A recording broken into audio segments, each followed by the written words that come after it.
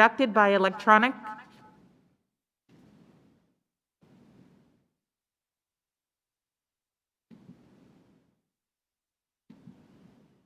Let's start all over. Welcome to the February 25th school board meeting. This meeting is now in session and is being conducted by electronic communications using Microsoft Teams due to the COVID-19 pandemic emergency. We will now recite the Pledge of Allegiance. I pledge allegiance to the flag of the United States of America and to the republic for which it stands, one nation, under God, indivisible, with liberty and justice for all. Thank you. Tonight, our budget process for the 2021-2022 school year begins with the presentation of the superintendent's proposed FY 2022 budget. Before we get started, though, I would like to welcome Ms. Christina Diaz-Torres to the dais. If this is your first opportunity to be at the dais, we're so happy to have you here to experience the school board room in person from this side of the dais. I know I've seen you in the audience before, but we're very happy to have you here, and we look forward to your continued service. So welcome. Yep. So as I was saying, tonight we begin our budget process for the 2021-2022 school year. Following the superintendent's presentation, we will take a brief break and then reconvene in budget work session number 1. Before Dr. Duran begins his presentation, I'd like to give a brief overview of the APS budget process. After the superintendent's proposed budget is presented tonight, the board will hold a series of work sessions over the next several weeks as we refine and finalize our 2022 budget. While the board will not hear public comment tonight, we do welcome community engagement throughout the process, and there are several opportunities for you to provide feedback. Community members may speak on the proposed budget during citizen comment at our regular board meetings. In addition, we will hold 2 public hearings. The first is a public hearing on the superintendent's proposed budget on March 23rd. Following that hearing, we will continue to refine the budget, and on April 8th, we will approve the school board's proposed budget. The second public hearing is on the board's proposed budget and will take place on April 29th. We will adopt our final FY 2022 budget on May 6th. The full schedule of board meetings and budget work sessions is posted on our website. We are now ready for the budget presentation. Dr. Duran? Thank you, Chair O'Grady. I'm really excited tonight to present my first budget as superintendent of Arlington Public Schools, and if we could please bring up the slides for the budget.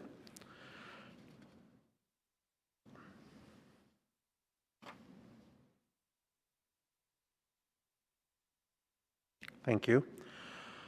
I want to begin by thanking the school board, the executive leadership team, our principals, and our staff for their support in crafting this budget and working collaboratively to produce what I believe is a needs-based budget that reflects our most urgent needs that we have.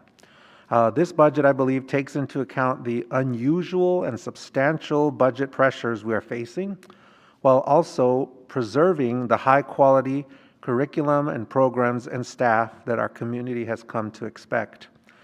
I also want to take a moment to thank our partners on the county board and County Manager Mark Schwartz for their commitment to education and the support really that they have provided year after year to meet the needs of our growing school division.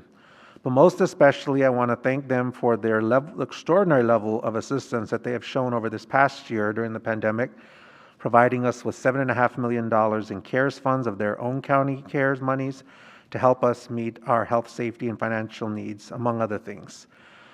Tonight's presentation that I'll be sharing was developed in collaboration with my team after careful deliberation and to find creative solutions to address our budget needs. I think all of us know at this point we are facing very unique challenges as our school division works through the pandemic and what's to come. Over the past year, we have seen the impact that this has had on our local economy. We've certainly had significant loss in revenue here in Arlington.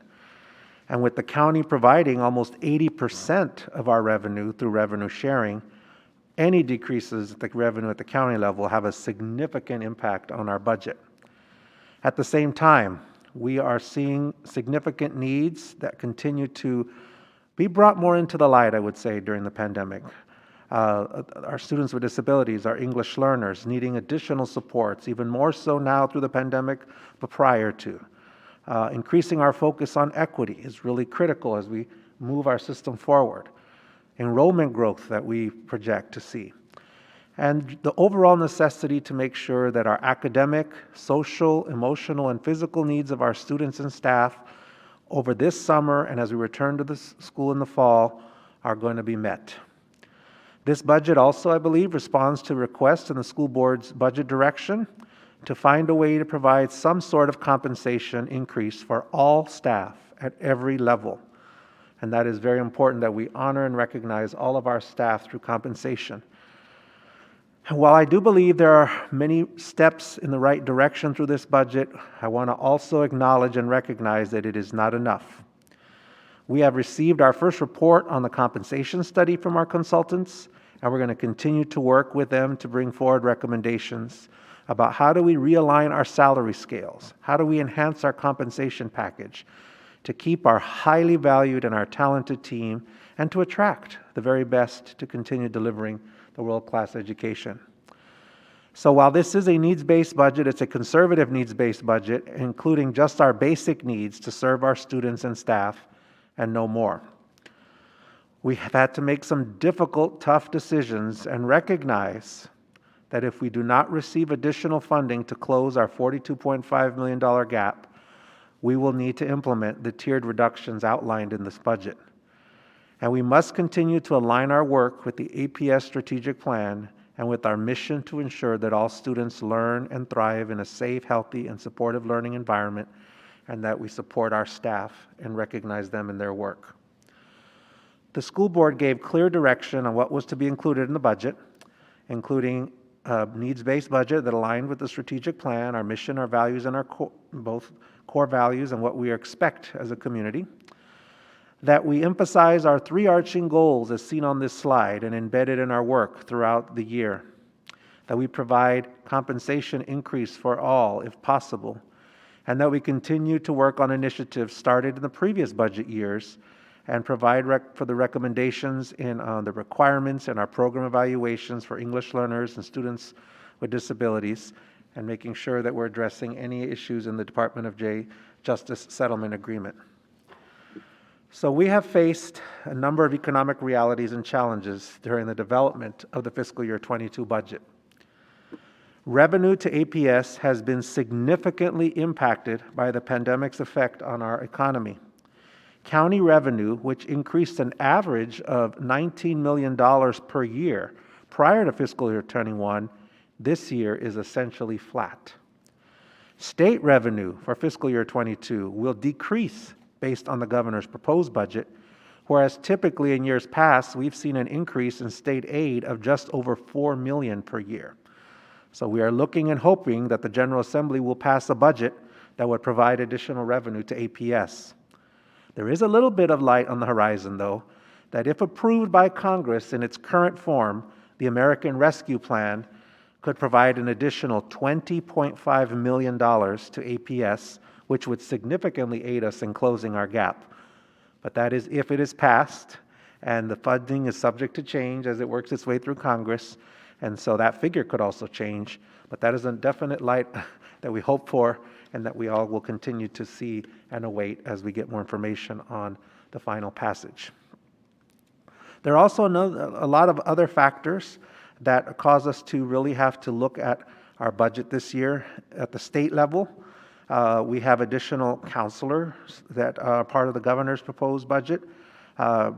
We also know that this is a significant investment that is needed as a part of the ratio. This is affecting only our elementary schools to meet the new ratio that's included.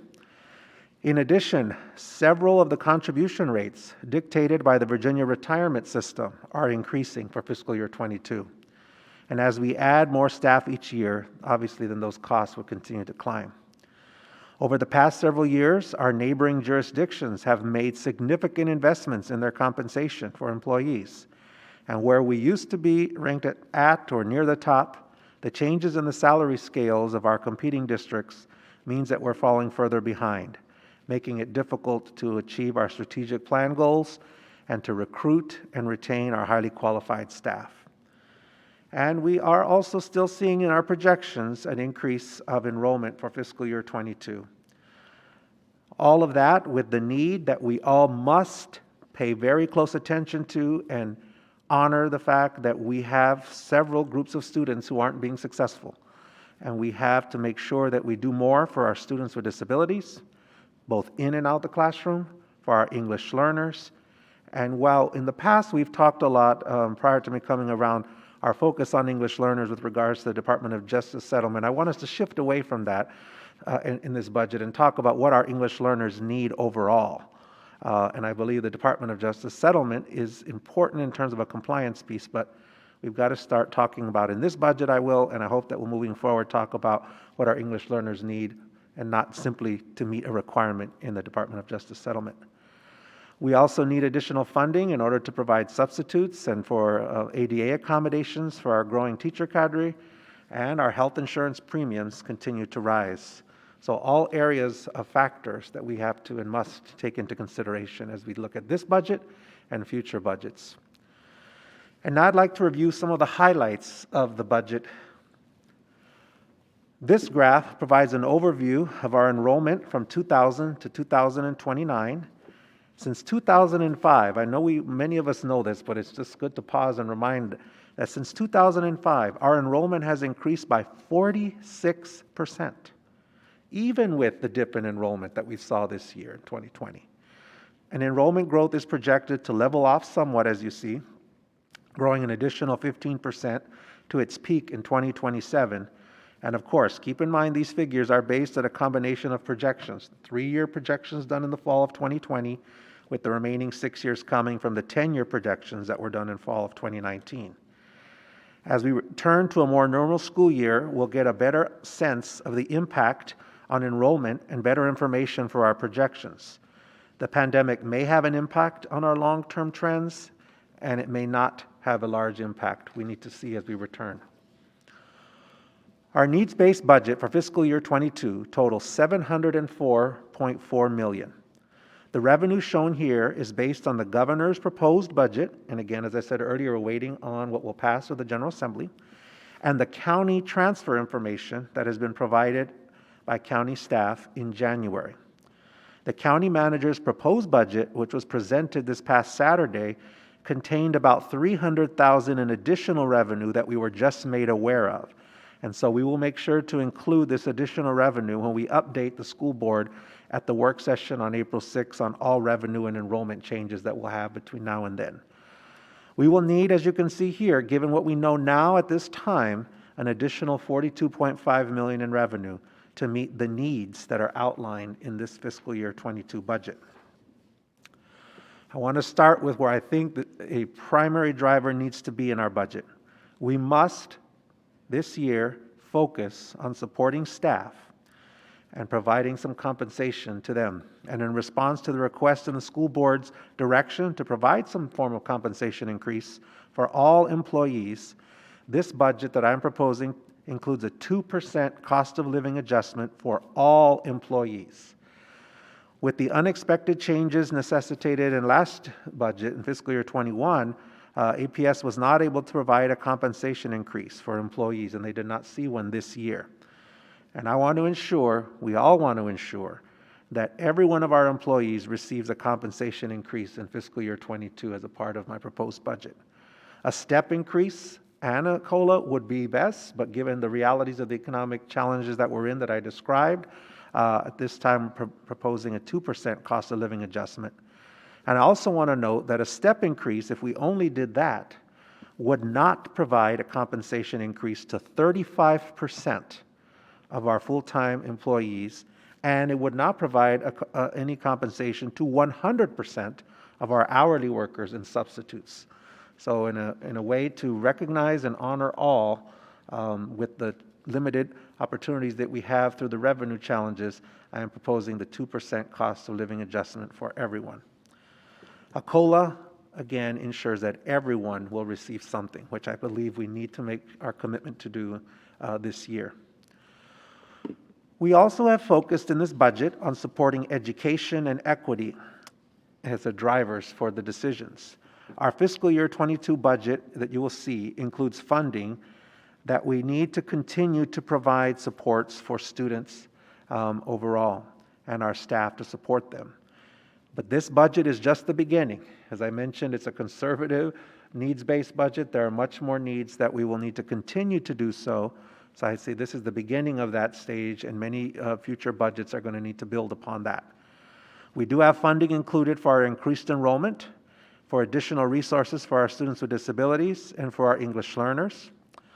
Also, additional instructional and mental health supports are funded. And our Office of Diversity, Equity, Inclusion has received some additional funding as a new office so that we can increase our focus on equity moving forward. We have also provided funding for the opening of new buildings and the relocation of 3 schools, provided funding for additional investments to support our growth as well as our safety and security needs, and the network infrastructure and technology supports needed. I'll talk a little bit more about all of this in some upcoming slides. And also included in fiscal year 22 is increased funding to maintain our operational infrastructure, although much more, I believe, is needed beyond this budget. This chart shows the growth in enrollment and the cost per pupil since fiscal year 2009. Our cost per pupil increase of 4% is primarily because of the enrollment growth, compensation, and the increased funding that is in this budget for our students with disabilities and English learners. Our K-12 enrollment is projected to increase 2,324 students, or 8.9% over the September 2020 actual enrollment. And our pre-K to 12 enrollment is projected to increase to 2,758 students, or 10.2% over the September 2020 actual.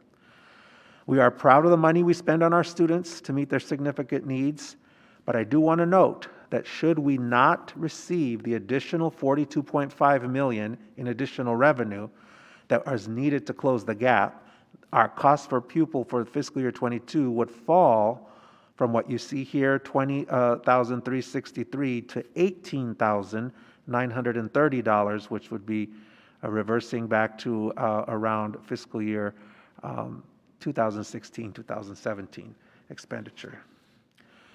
So very important as we consider how we work through our next steps. As we go through the next slides, I want to provide some more detail on what is actually included in the fiscal year 22 budget, and you will note that some of the items listed are in italics. These are items that we feel are directly a part of the budget to increase our focus on equity. All of our work is about equity, but these items, I believe, are directly focused on what we're trying to do in this budget to continue and deepen our support for equity for students and staff. Our projected enrollment growth is based on the fall of 2020 projections, and this is requiring us to add more staffing for our increased numbers of students. The cost of enrollment growth also includes an $800,000 placeholder for the spring staffing update, and each year enrollment is refined based on the January 31st enrollment. So this placeholder is here so we have the funds available to make any needed changes resulting from the new projections. The spring update will be provided to the school board at its April 6th work session. Also, as I mentioned earlier, we have the new ratio for school counselors that's required by the standards of quality and part of the governor's budget, and that would add 11.8 elementary school counselors. And of important note, I believe, is this is the first time in number of years that we are not requesting funding for any relocatables. For our students with disabilities, in response to the program recommendations that we had in the program evaluation for students with disabilities, as well as our commitment that is needed to this group of students, the fiscal year 22 budget does include funding for additional instructional staff, ASL interpreters, and pre-K assistants, as well as funding for hearing officers and contract services. Again, a beginning of our needs for our students with disabilities, but an area that will need to continue, and we do have many resources outlined in our special ed plan, 5-year plan, that we need to make sure we pay attention to as we support this group of students. Additional resources are also provided for our English learner students and their families. In this budget is a new director position that will lead the Office of English Learners to develop a plan to have consistent services and a delivery for all of our English learners, focusing on their academic, emotional supports and needs. This director will then help us to understand what our additional resources we need to have for our school system and how do we make sure that we're providing consistency for our English learners across APS. Also, a translation specialist position is created, and additional funding is provided for document translation to support our students and families. And again, just a beginning for what needs to happen for our English learners, and I believe having that plan in place will help us to further define those areas in our budget that are very much needed to support our English learners and a growing population that we've seen even during the pandemic, as I've shared data, having some academic needs and concerns for all of us to pay close attention to. The fiscal year 22 budget includes a number of instructional and mental health supports for our students. In here, we have 3 new screeners that are funded, a social emotional screener, which is very important, that will help us to see and understand how we support our students, particularly now through what's happened in the pandemic, but certainly even prior, we needed something of this nature. We also have a mathematics screener and the DIBELS screener for the upper grades to replace PALS, as we've been talking about that in previous board meetings. We're also adding a student behavior and climate coordinator, which will help us to focus on disproportionality and suspension rates by race, students with disabilities, and English learners, so that those can be reduced, and develop consistent practices across the division, system-wide practices, and have a restorative justice aspect, and work closely with our county. And in the Department of Teaching and Learning, we're adding a data coordinator to compile and analyze data to help make program decisions and inform instructions. And also adding a gifted services specialist, the first of 2 that are being phased in, that will primarily focus on finding and nurturing students from historically underrepresented populations. Adding this position aligns with the recommendations that were part of the gifted services program evaluation. And very important, funding is provided for specific resource adoptions, testing materials, and the addition of several school-based positions that have been funded every year from contingency. Our current ELA resources do not meet the needs of all of our students, as evidenced by our SOL data, our WIDA scores for ELs, and some of our PALS data. Our trends for student achievement for all students are not showing positive gains, and the number of students requiring interventions is increasing over time. These funds will allow us to evaluate our current resources and shift to purchase resources that will meet the needs of all students, to provide them with the solid core instruction that are needed. And this fiscal year 22 budget also reinstates some of the instructional reductions in this area that were made in fiscal year 21 for 1 year. But again, we've got to focus on the mental health of our students. We've got to focus on our literacy work as a division. The recently created last year Office of Diversity, Equity, Inclusion is also provided with some additional funding to increase the focus on equity throughout the school division. You'll see here that the funding is for more professional development. Also, we do have 2 positions that are in that office that are 10-month family and community engagement supervisor and 2 equity specialists that would increase their contracts of those positions from 10 months to 12 months to be able to have consistency of their work over the year. And also stipends for equity influencer team and our family community engagement action team coordinators. And this will help so that at our individual schools, we can have staff that are able to focus and coordinate and facilitate the equity work done at those sites by providing stipends for them, the equity influencers, as we're working to build equity teams at our school. The fiscal year 22 budget also includes funding needed for the new buildings opening in the 3 schools that are moving. I won't read all of those. I know we've talked about these previously. To support the growth of our school division, funding is also being allocated to reinstate reductions made for fiscal year 21 for 1 year. There are many of those that were put on hold last year. And also providing needed ASL interpreters for staff and increase in stipends for our academic and athletic supports for our staff who are supporting our students. Safety and security needs are also funded in fiscal year 22. One important to note is a visitor management system, an alternative parent identification system for that, for parents who don't have traditional identification, by providing them with a hard credential to access our buildings, and some system and equipment needs and maintenance, the replacement for some of the items like our antenna and emergency radios. Resources are also being provided for network infrastructure and technology. The fiscal year 22 budget provides funding to continue to support students and families to ensure that they have reliable internet access at home using our current technologies that we have, and some of the funding we've been working on, whether it's paying for Comcast Internet Essentials, providing hotspots, the MiFis, and leveraging our emerging 5G wireless. Reliable internet access, to me, is a major equity challenge for us and concern. It is a growing requirement, whether we are virtual or back in person. Not having access to wireless and at home, reliable internet access at home, even if we return fully in person, for many families, is a equity concern. And having that access in the home does create an issue. And so making sure that we have our families and help those families who are unable to pay for internet access at home is a major part here that you'll see. There's also bringing the number of technicians that we have for technology in line with the standards of quality, a vehicle providing for those staff to be able to deliver equipment and materials. This budget also includes the financing need for our fiscal year 21 technology purchases, which were very significant, as we all know, as well as the funds needed for more software licenses and increased maintenance.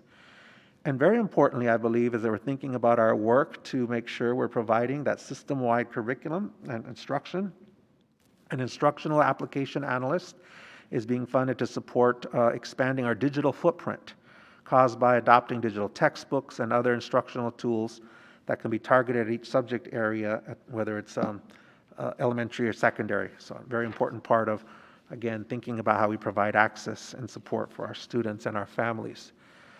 We've also provided funding to support our operational infrastructure in this budget. In this budget, the Office of General Counsel is funded to include a division counsel, which we started shifting the funds for this year, but this will include the full Office of General Counsel, including the assistant division counsel, the paralegal, and the in-house counsel.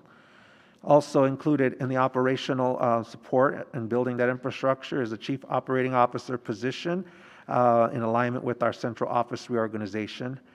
Additional funding for increased facilities maintenance, transportation needs, and contractual obligations, and also some reductions that were made in fiscal year 21 that were deferred for 1 year are reinstated as it relates to operations. Next, I'd like to review, so those are a lot of the highlights of where we are, what the investments are, our focus, our beginning focus on equity, and again, how we build from there moving forward.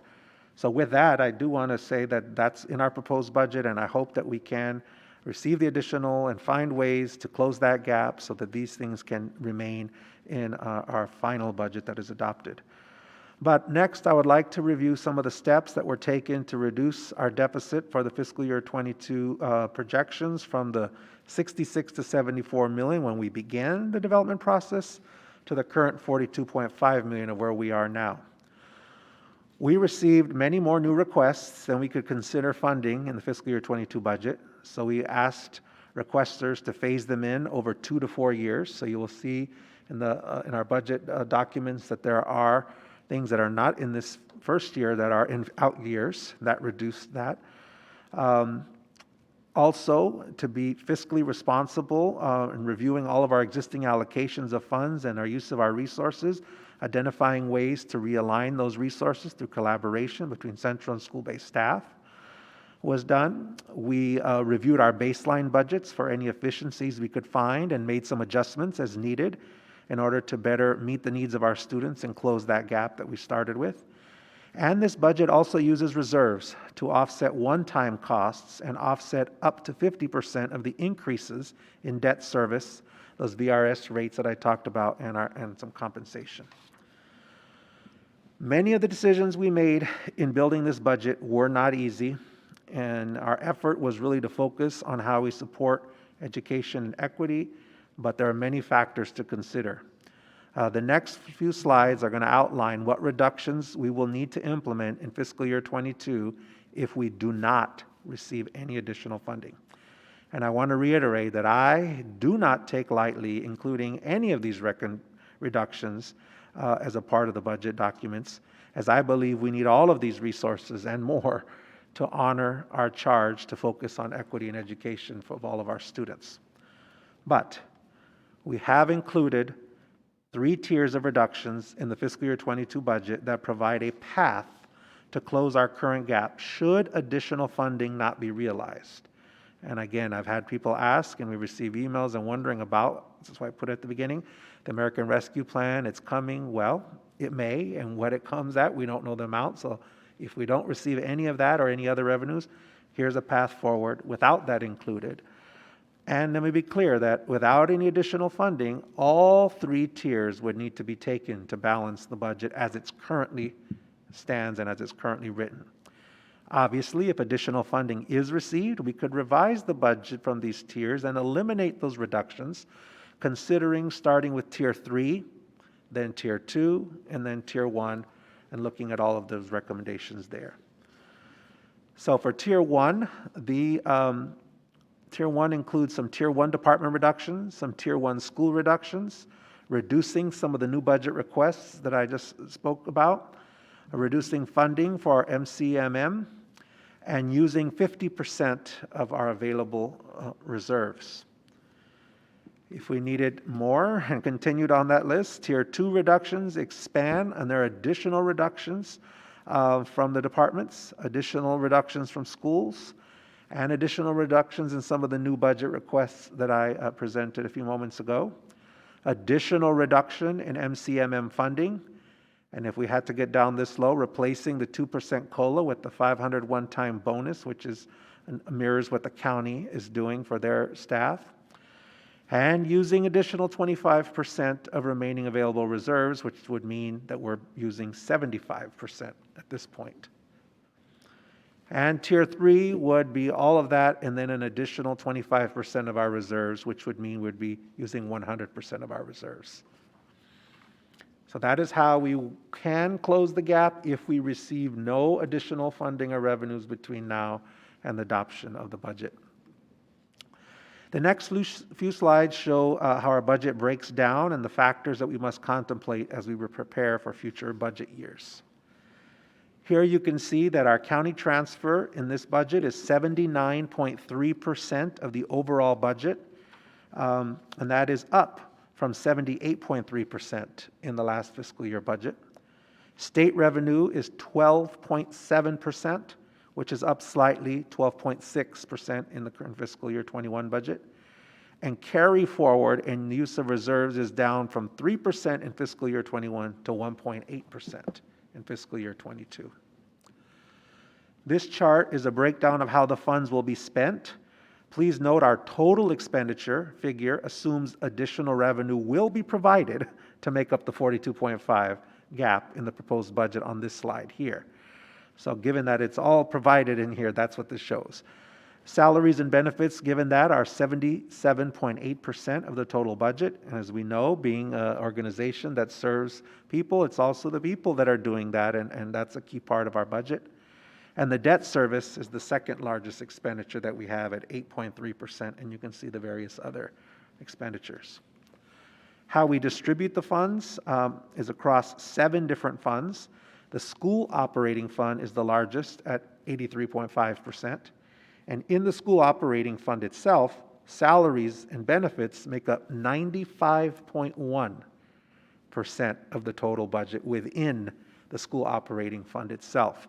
That is up from the 88.2% it was in the fiscal year 21 budget. Again, people make the difference for the work that we do. And here you can also see that debt service is the second largest fund.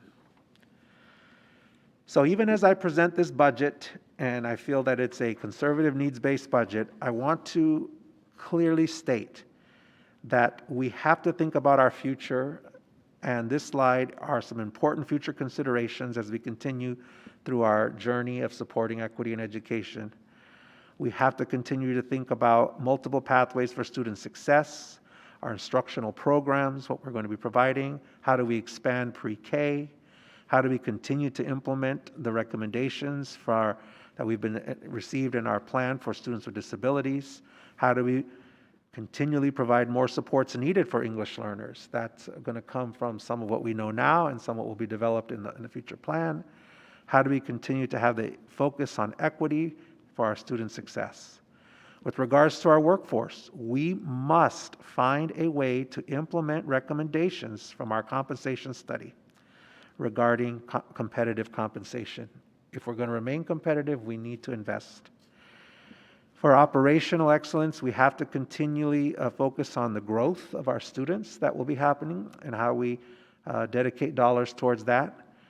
Our human resources and finance staff do need additional support to meet the needs of our large growing division. When we look at the size of those two departments, they're not matching what we would need for an organization of our size.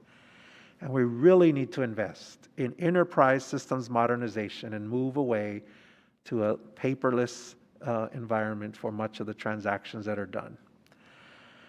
And we continually need to think about how we partner with other community, university, local groups to think about the work that we need to do to provide a world-class school system. And so these are some future considerations that I want us to make sure we keep in mind as we talk about this budget and as we think about future budgets to come. To wrap up, just some key takeaways. From this presentation.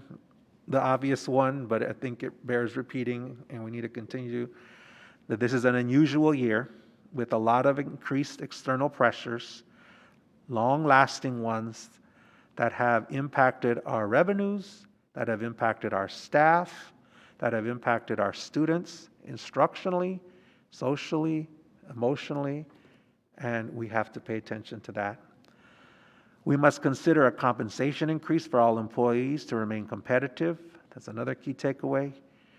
Our focus must continue to be on education and equity. And we must make a commitment in this budget and all future budgets to quality programs and preserve the services that we have and ensure that our students with disabilities, our English learners, have the supports that they need, and focus on literacy as a division-wide area of growth while paying attention to the mental health needs of all of our students and staff.